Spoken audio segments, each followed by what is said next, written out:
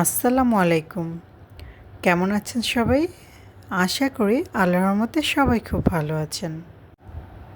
আলু বেগুন দিয়ে রুই মাছ অথবা রুই মাছের ভুনা তো সবাই কম বেশি পছন্দ করেন।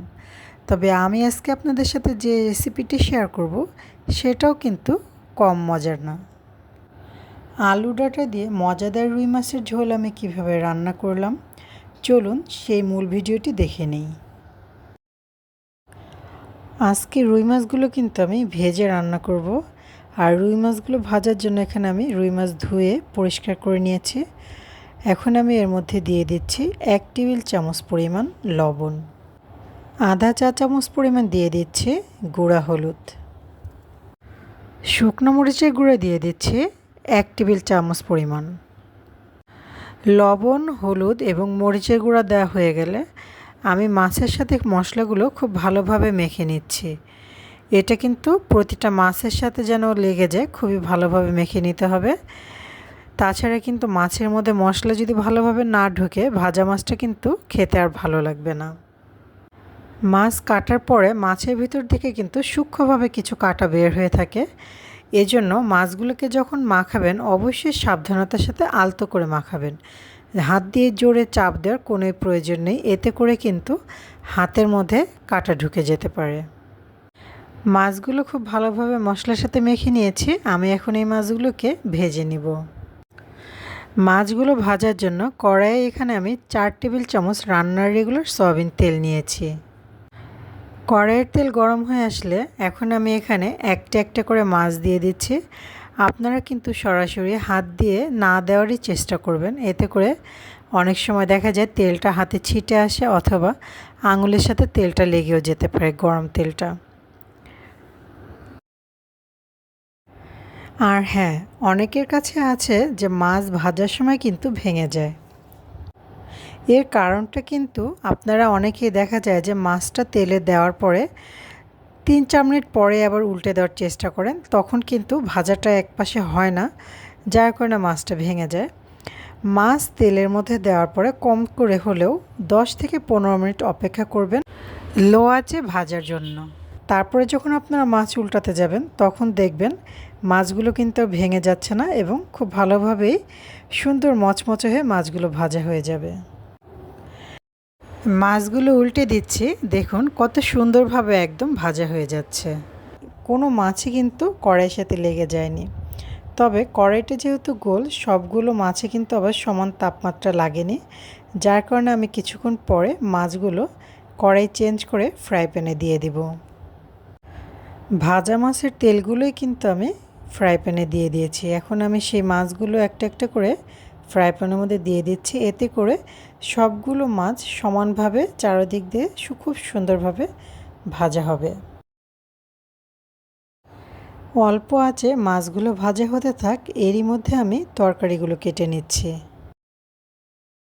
আজকের রুই মাছগুলো আমি ডাঁটা এবং আলু দিয়ে রান্না করব। এই জন্য আমি প্রথমে ডাঁটাগুলোকে কেটে নিব। একটা ডাঁটা আমি আপনাদের কেটে দেখাচ্ছি সহজেই কিভাবে আপনারা ডাঁটা কাটতে পারেন। প্রথমত আমি চাকু দিয়ে কেটে দেখাবো এবং বটি দিয়েও কিভাবে কাটা যায় সেটাও আমি আপনাদের দেখিয়ে দিচ্ছি। ডাঁটাগুলোকে আমি প্রথমে ছোট ছোট টুকরা করে নিব।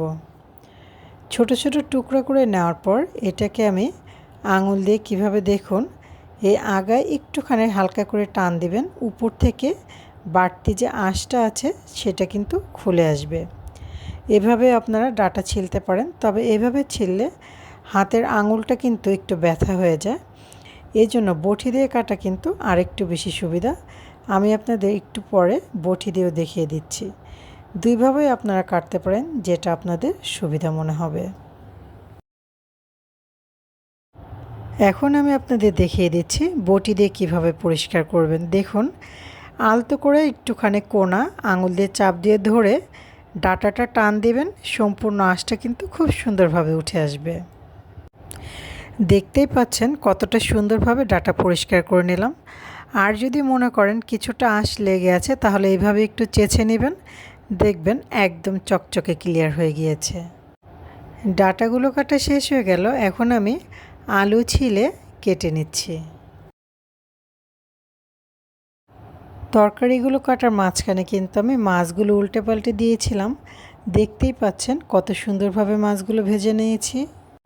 চুলায় আমি একটা পাতিল দিয়েছি তরকারি রান্না করার জন্য, আর এই পাতিলের মধ্যে আমি দিয়ে দিচ্ছি ভাজা মাছের তেল। এই তেলটা দিয়ে কিন্তু আপনারা রান্না করার চেষ্টা করবেন, তরকারিটা কিন্তু এতে আরও বেশি মজা হয়। এই তেলের মধ্যে এখন আমি বাটা মশলা দিয়ে দিচ্ছি। এখানে আমি পেঁয়াজ, রসুন এবং আদা একসাথে বেটে রেখেছিলাম, এটা আমি দিয়ে দিচ্ছি 4 টেবিল চামচ পরিমাণ। 1 চা চামচ পরিমাণ দিয়ে দিচ্ছি জিরা বাটা। তেলের মধ্যে মশলাগুলো দেওয়ার পরে আমি এটা ভালোভাবে নেড়ে চেড়ে তেলের সাথে মিক্সড করে নিচ্ছি। এই পর্যায়ে চুলার আঁচটা কিন্তু খুবই অল্প করে দেওয়া আছে। এখন আমি এর মধ্যে দিয়ে দিচ্ছি 1 চা চামচ পরিমাণ লবণ। লবণটা কিন্তু বেশি দেওয়া যাবে না, যেহেতু আমরা মাছ ভেজে নিয়েছি, মাছের মধ্যেও কিন্তু লবণ আছে, তাই লবণটা একটু বুঝে শুনিয়ে দিতে হবে। গুঁড়া হলুদ দিয়ে দিচ্ছি আধা চা চামচের চেয়ে একটু কম। শুকনো মরিচের গুঁড়া দিয়ে দিচ্ছি 1 টেবিল চামচ পরিমাণ। সবগুলো মশলা দেওয়া হয়ে গেলে হালকা কিছুক্ষণ মশলাগুলোকে আমি কষিয়ে নেব। এটা কিন্তু খুব বেশিক্ষণ কষাবো না, কিছুক্ষণ পরে আমি এর মধ্যে তরকারিগুলো দিয়ে দিচ্ছি। 1 থেকে 1.5 মিনিট পর্যন্ত আমি মশলাটা কষিয়ে নিয়েছি। মশলা কষানো হয়ে গেলে এর মধ্যে আমি তরকারিগুলো দিয়ে দিলাম। এখন আমি হাই হিটে তরকারিগুলোকে নেড়ে চেড়ে ভালোভাবে কষিয়ে নেব। তরকারিগুলো কিছুক্ষণ কষানোর পর এখন আমি এর মধ্যে অল্প কিছু পরিমাণ পানি দিয়ে দিচ্ছি। যে ব্লেন্ডারে আমি মশলা বেটেছিলাম সেই ব্লেন্ডারটা ধুয়েই অল্প একটু পানি দিলাম। পানিটা দেওয়ার পর কিছুক্ষণ নেড়ে চেড়ে এটা আমি এখন ঢাকনা দিয়ে ঢেকে রাখবো। ঢেকে আরও কিছুক্ষণ ভালোভাবে কষিয়ে সিদ্ধ করে নেব। দেখুন তরকারিটা কিন্তু কষাতে কষাতে 80% সিদ্ধ হয়ে আসছে। এখন আমি এর মধ্যে দিয়ে দিচ্ছি 2 কাপ পরিমাণ পানি।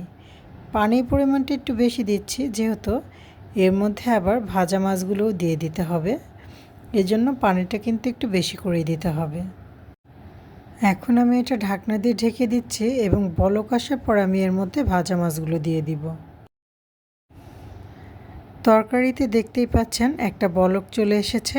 এখন আমি এর মধ্যে ভাজা মাছগুলো দিয়ে দিব।